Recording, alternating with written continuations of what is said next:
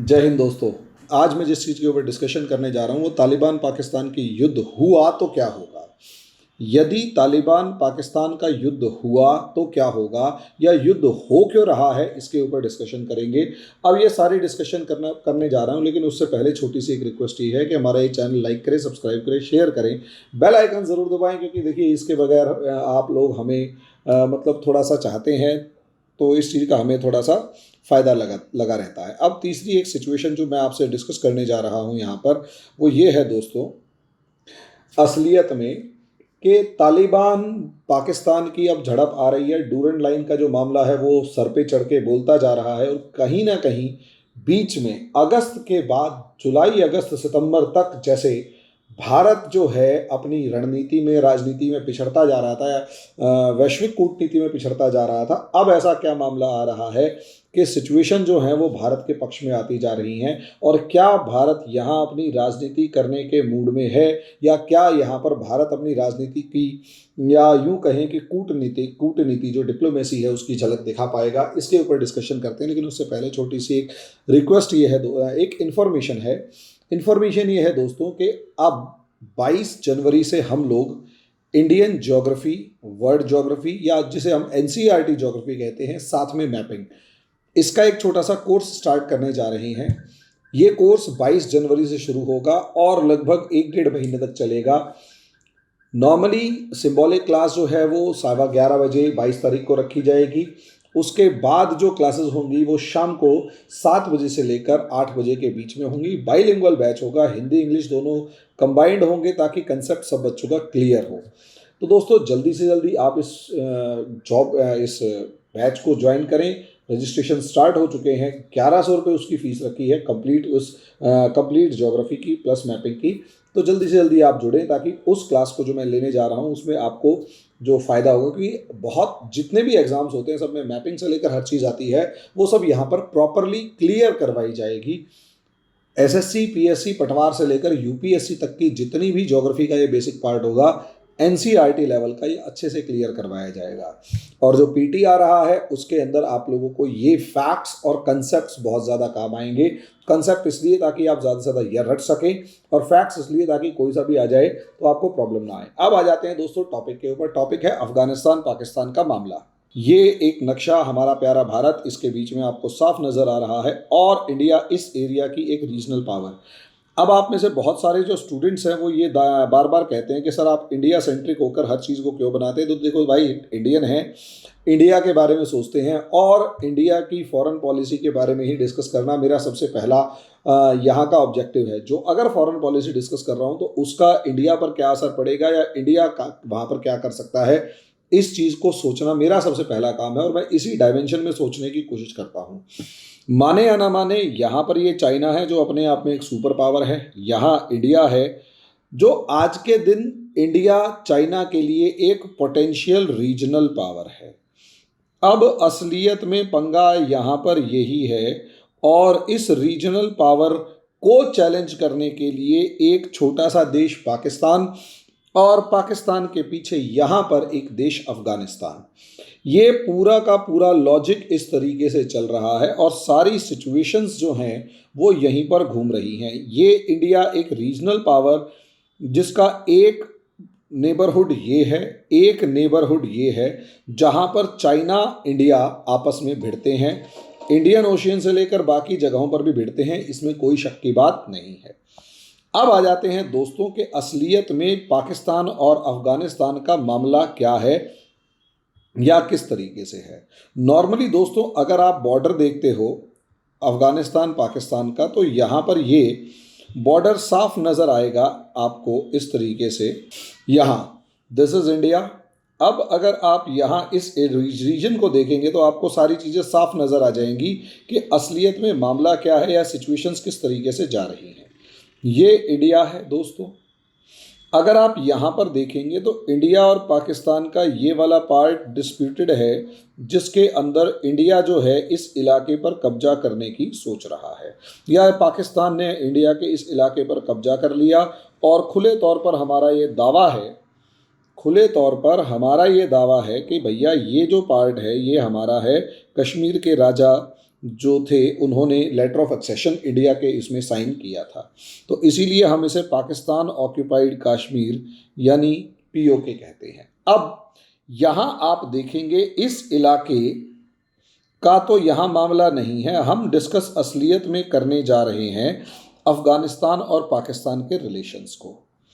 असलियत में दोस्तों मामले को समझिए, मामला अफगानिस्तान के अंदर जो मेजॉरिटी कम्युनिटी का है, और ये जो मेजॉरिटी कम्युनिटी अफगानिस्तान में इस समय पर नॉर्मली मौजूद है वो है 44% पश्तून लोग हैं।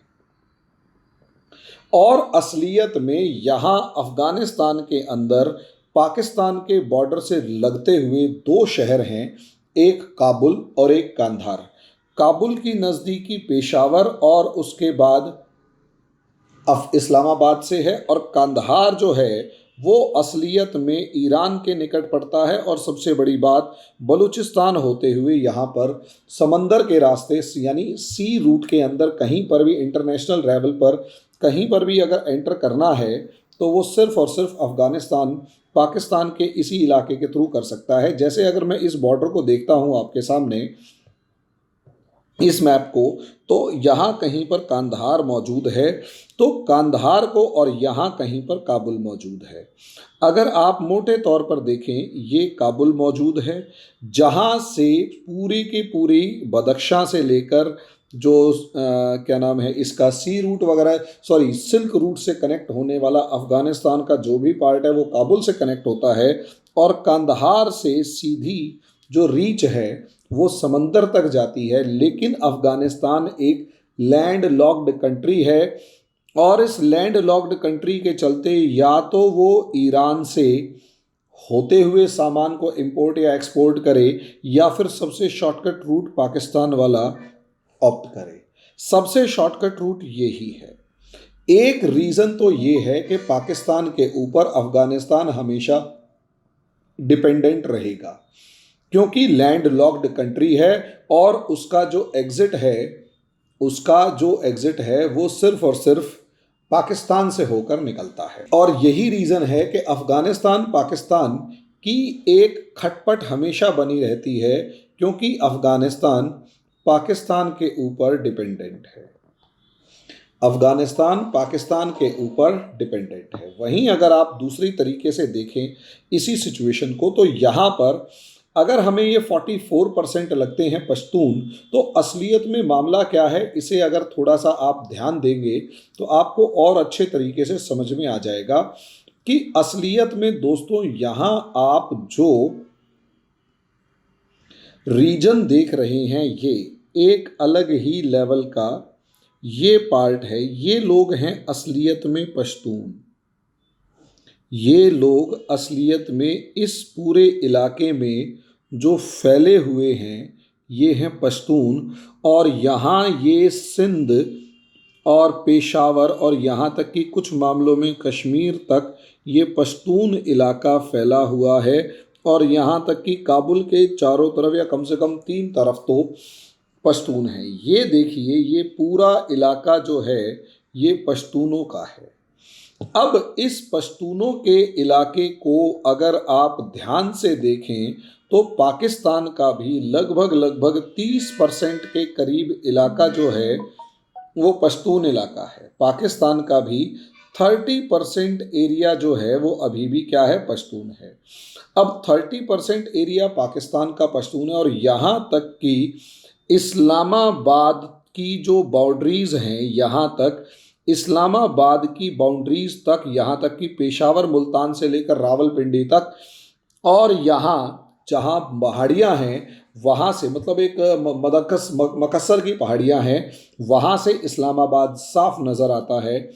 वहाँ तक अफ़गानिस्तान इसे पश्तून एरिया, पश्तून रीजन मानता है, और इस चीज़ को क्लेम करता है कि भाई असलियत में हम पश्तून हैं, और हमारी जो रिश्तेदारियां हैं, हमारी जो जानकारियां हैं, हम एक शहर से दूसरे शहर या एक इलाके से दूसरे इलाके जाते हैं, तो हमारी ये जो रिश्तेदारियां हैं ये एक दूसरे के साथ इस तरीके से हैं कि हम लोग बॉर्डर लाइन क्रॉस करते हैं और हमारे को बॉर्डर लाइन क्रॉस करना एक कंफर्टेबल जोन का काम है।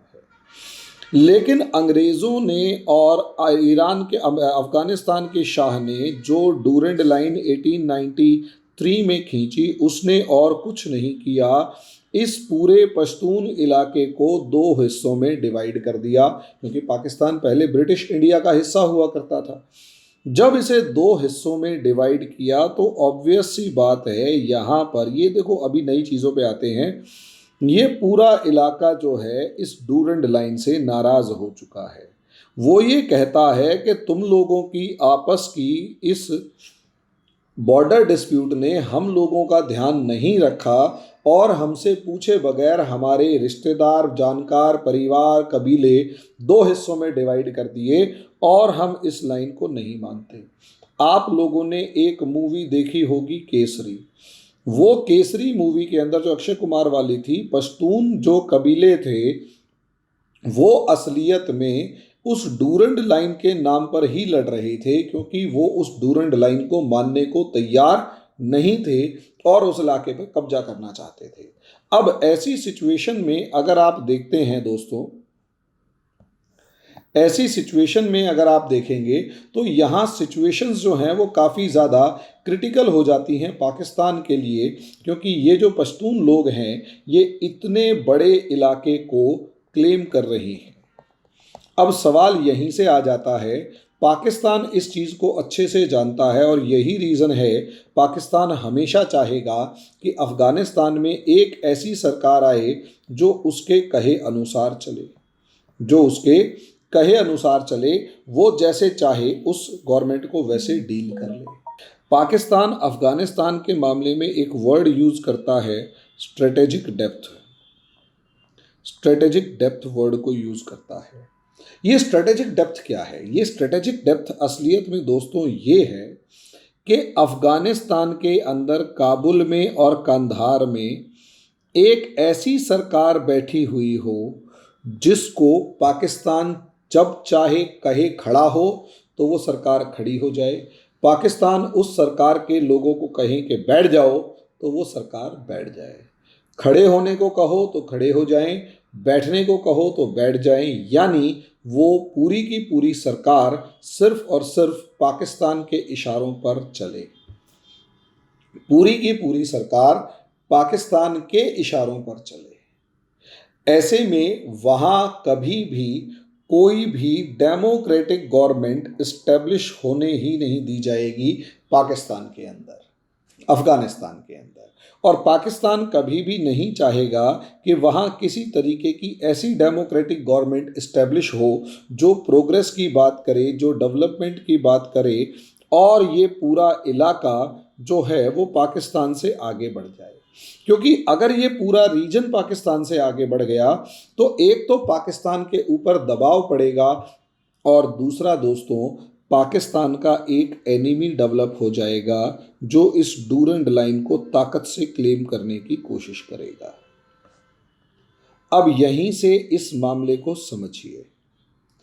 यहाँ पर जब तक अफ़गान गवर्नमेंट थी, चाहे हाफिज सईद की गवर्नमेंट हुई, चाहे अब्दुल गनी गनी गवर्नमेंट हुई, अब्दुल गनी गवर्नमेंट हुई, जो गनी गवर्नमेंट थी वो भी, चाहे हाफिज सईद गवर्नमेंट थी वो भी, अशरफ गनी गवर्नमेंट थी वो भी, अशरफ गनी है, अशरफ गनी हुई या फिर हामिद करजई, दोनों की दोनों जो सरकारें हैं, दोनों जो सरकारें हैं, उन्होंने कभी भी इस डूरंड लाइन को नहीं माना।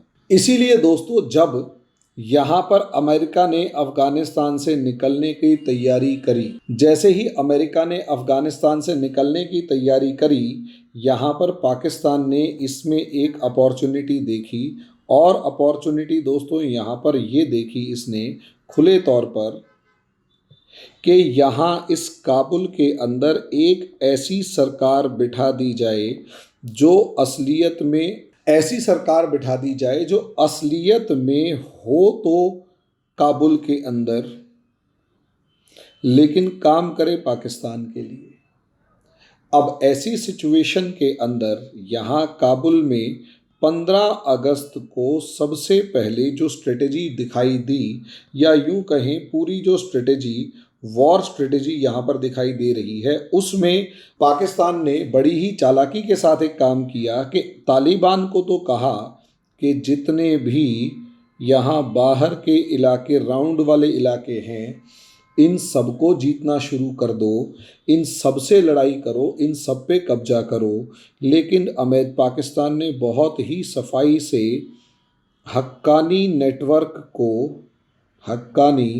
नेटवर्क वाले हक्कानियों को काबुल के अंदर काबिज कर दिया।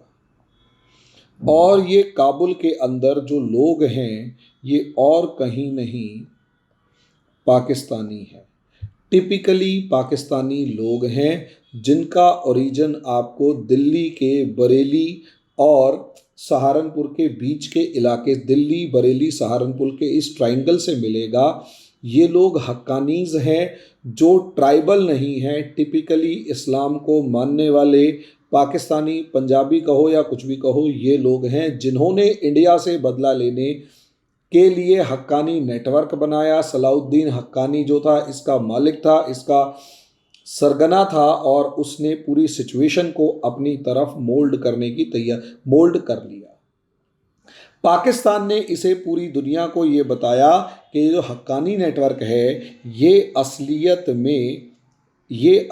में काबुल को कैप्चर करने वाले अफ़गानी हैं। लेकिन अफ़गान इस चीज़ को बहुत अच्छे तरीके से जानते हैं कि इनका अफ़गानियों का दूर दूर तक कोई लेना देना नहीं है।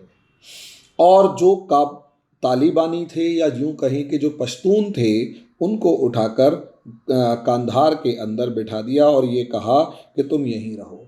इसीलिए, और यहाँ तक कि जितना भी आप नोटिस कर रहे हैं, यहाँ पर पाकिस्तान ने अफ़गानिस्तान के अंदर कोई भी इंक्लूसिव गवर्नमेंट बनने नहीं दी है। उसने सिर्फ और सिर्फ वहाँ पर एक टेम्परेरी गवर्नमेंट का ढकोसला बिठाकर सिचुएशन को बना दिया और ये कहा कि जैसे मैं चाहता हूँ वैसे करो और कोई शोर शराबा ना हो, सिचुएशंस को चलने दो। इसका सीधा सीधा मतलब दोस्तों ये था कि पाकिस्तान ने एक चाल चली और काबुल के ऊपर कब्जा करके अफ़गानिस्तान की राजनीति को अपने कंट्रोल में लेने का एफर्ट किया। लेकिन तालिबानी लड़ाके, क्या तालिबान किसी भी तरीके से अब इस सिचुएशन को हैंडल कर पा या डाइजेस्ट करने के लिए रेडी है? क्या इस सिचुएशन को एज इट इज़ एक्सेप्ट करने के लिए रेडी है? तो यहाँ समझिए, तालिबान जो भी अब मुल्ला अब्दुल बरादर से लेकर जितने भी हैं, इन सबको एक चीज़ समझ में आ गई। एक तो कतर के अंदर डायलॉग करते हुए इन्होंने दुनिया के अलग अलग ग्रुप्स के साथ, अलग अलग देशों के साथ संपर्क रखा और पाकिस्तान भले ही बीच में आने की कोशिश कर रहा था, अपने संपर्क साधे। उसमें सबसे बड़े की प्लेयर के रोल में एक तरफ इंडिया को रखा, दूसरी तरफ रशिया को रखा और तीसरी तरफ ईरान को रखा। यानी पिछली बार के तालिबान की तरह ये पूरे तरीके से पाकिस्तान के ऊपर डिपेंडेंट नहीं हुए। अब यहाँ असलियत में हम लोगों को दिखाया जा रहा है कि तालिबान जो है वो पाकिस्तान ने इस पार्टीशन, जब अमेरिका ने 2019 में जाना शुरू किया तो पाकिस्तान ने देखा कि मेरे यहाँ 30-35 लाख रिफ्यूजी आ गए थे पिछली बार, इस बार ये रिफ्यूजी ना आए, इसलिए उन्होंने कांटेदार तार लगा दी। जब उन्होंने वो कांटेदार तार लगाई वहाँ पर, तो ऑब्वियस सी बात है पश्तूनों को एक जगह से दूसरी जगह जाने में प्रॉब्लम हो रही थी। कहाँ तो वो सीधा अपने दूसरे वाले गांव में सीधा चलते चलते पहुंच जाएगा और कहाँ उसे बार्ब्ड वायर की वजह से 20-30, 50, 100 किलोमीटर दूर घूम के जाना पड़ेगा, जो अपने आप में समस्या है।